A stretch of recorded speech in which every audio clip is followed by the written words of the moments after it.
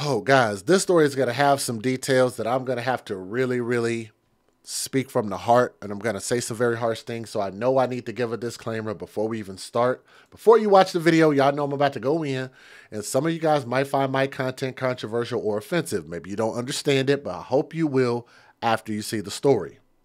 This information is coming from multiple sources, and including 11alive.com, so thank you for the article. I'm also going to be talking about the court records and police charges. This video commentary also contains my personal opinion about the facts of this story. The point is to use this as a cautionary tale in hopes of preventing tragedies like this to children going forward. Viewer discretion is advised, and that is your official disclaimer. I need to back this up because I need to show you guys this picture. And I know people say, oh, you shouldn't judge. Don't judge a book by its cover. I'm sorry. When you look at this picture and you look at this, that is a mother. That is a woman. That is a mother. And what the hell is that underneath the bottom of her face? That is a tattoo. God only knows why you have that nasty, disgusting, filthy looking piece of alleged tattoo under your face. And I've told y'all, people that get these neck and face tattoos, I think something's wrong with them. Not all, but a lot.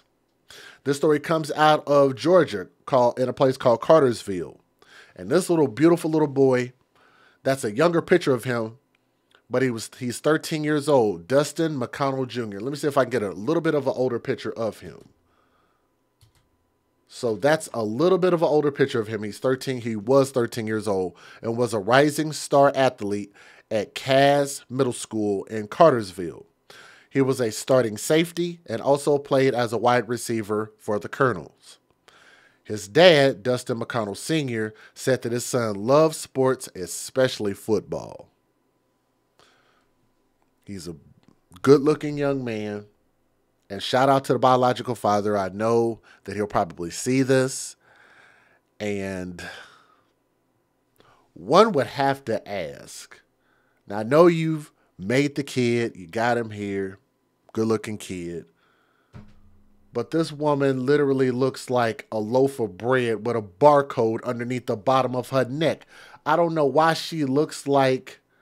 I don't know what that looks like. I don't know what that looks like. Like there's like a wooden stump underneath the bottom of her neck. I just don't. Like, you can clearly tell something is wrong with this woman, and I don't understand. Did she have these?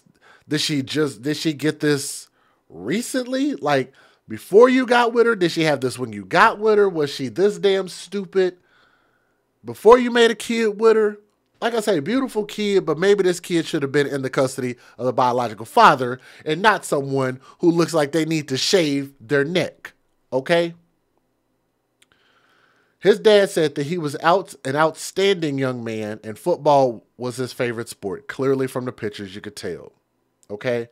Now, March 16th, it was like any other day for Dustin Jr. when he went to school where he was a 7th grader at Cass Middle School. However, it would be his last day.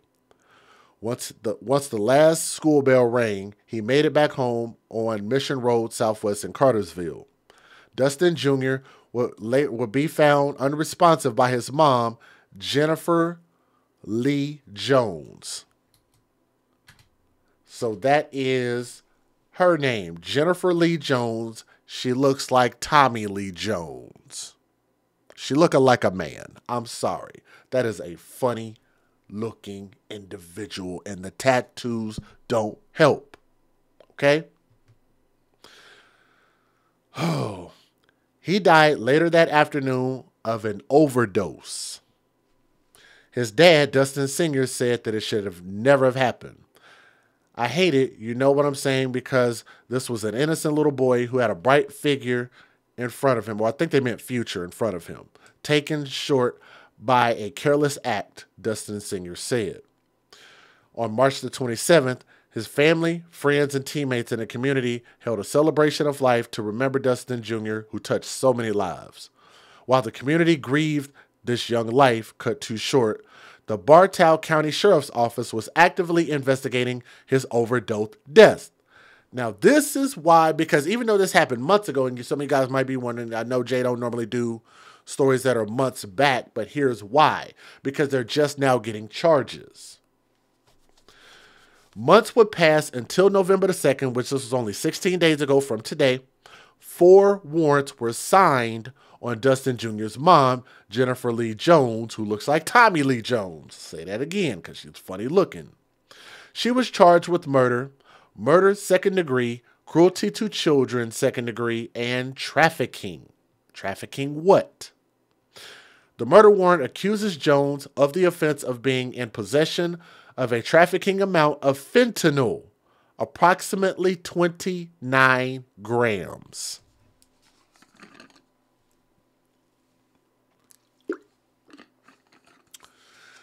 Fentanyl is the new epidemic, the real pandemic that's going on in America.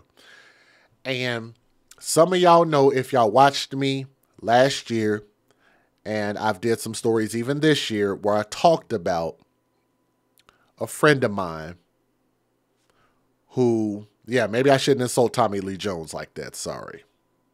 I agree. Because he's a good-looking elder man. But she looks like an elder man. But let's keep going. But I ended up losing a friend of mine, and I knew a guy that she was with, and I guess they had took some pills, but they were laced with fentanyl, which caused their death. It was very sad. I think about her all the time, and I miss my friend, man, because it sucks. She was a mother, left her kids behind. But this fentanyl, man, is just a horrible thing. And here it is. This woman had lost her own son behind it.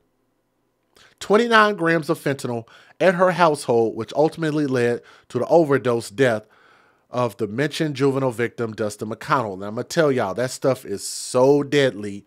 Just the mere powder of that stuff could kill an adult. 11 Alive asked Dustin Sr. how he thought his son got a hold of the fentanyl. Detectives said it was like in purple form, and as a teenager, probably was like, what is this? And I'm sorry, they worded that really, really weirdly. I'm sorry I read that funny. Because he had only a little portion in his system, you know what I'm saying, and that little, why did they have to quote him directly like that? They could have omitted some of that. The little portion killed my son. It's messed up to have something that powerful in the house, knowing that it could kill people, saying especially little children, innocent children. And I'm going to tell y'all, 11 Alive, y'all, matter of fact, I need to refresh my screen. Because I need to make sure that I say this clearly. 11 Alive, y'all ain't shit for that quote that y'all got from this man. I know you were trying to quote him accurately, but they actually said in his quote, you know what I'm saying? You know what I'm saying? You know what I mean? You know what I'm saying? Why would y'all stick that in there? Come on now. Even though that was his direct quote, I just don't think that was necessary. But let's keep going. Jones is being held without bond. 11 Alive reached out to Bartow Sheriff's Office and District Attorney for additional details on the case. But let me give you guys the fair usage. Here we go. Let's get it. Federal law allows citizens to reproduce, distribute, or exhibit portions of copyrighted motion pictures, videotapes, or video discs under certain circumstances without the authorization of the copyright holder. This is called fair use. It is allowed for purposes of criticism, news reporting, teaching, and parody, which doesn't infringe of copyright under 17 U.S.C. 107.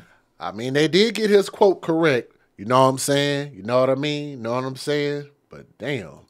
But if you guys would, you know what I'm saying, click that thumbs up and share this video. We want more people to hear this story. It's very sad, and we don't want this to happen to any more kids. So if y'all know somebody out there that's trafficking this crap, tell on them, because it might save somebody's life. Real talk. Let's go. Only on 11 Alive, a Metro Atlanta mother is locked up, charged with murder and the overdose death of her 13-year-old son.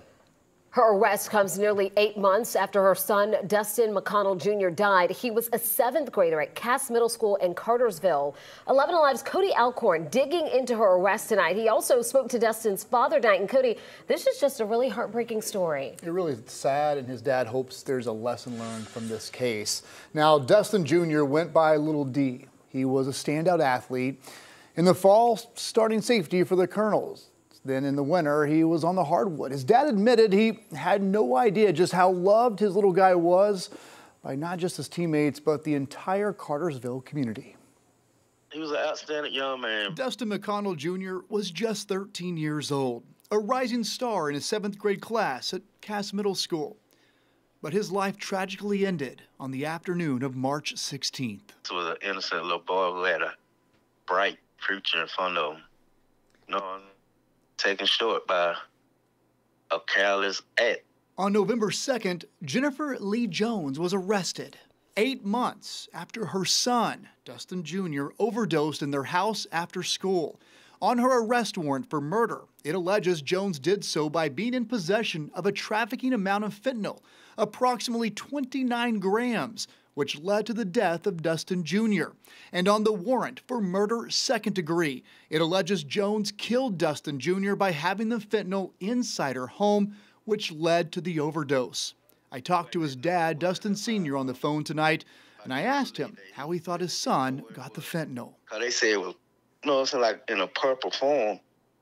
And as a child, a teenager, he probably just was like, what is this? Because he only had like a little portion in his system. You know what I'm saying? And that little portion killed my son.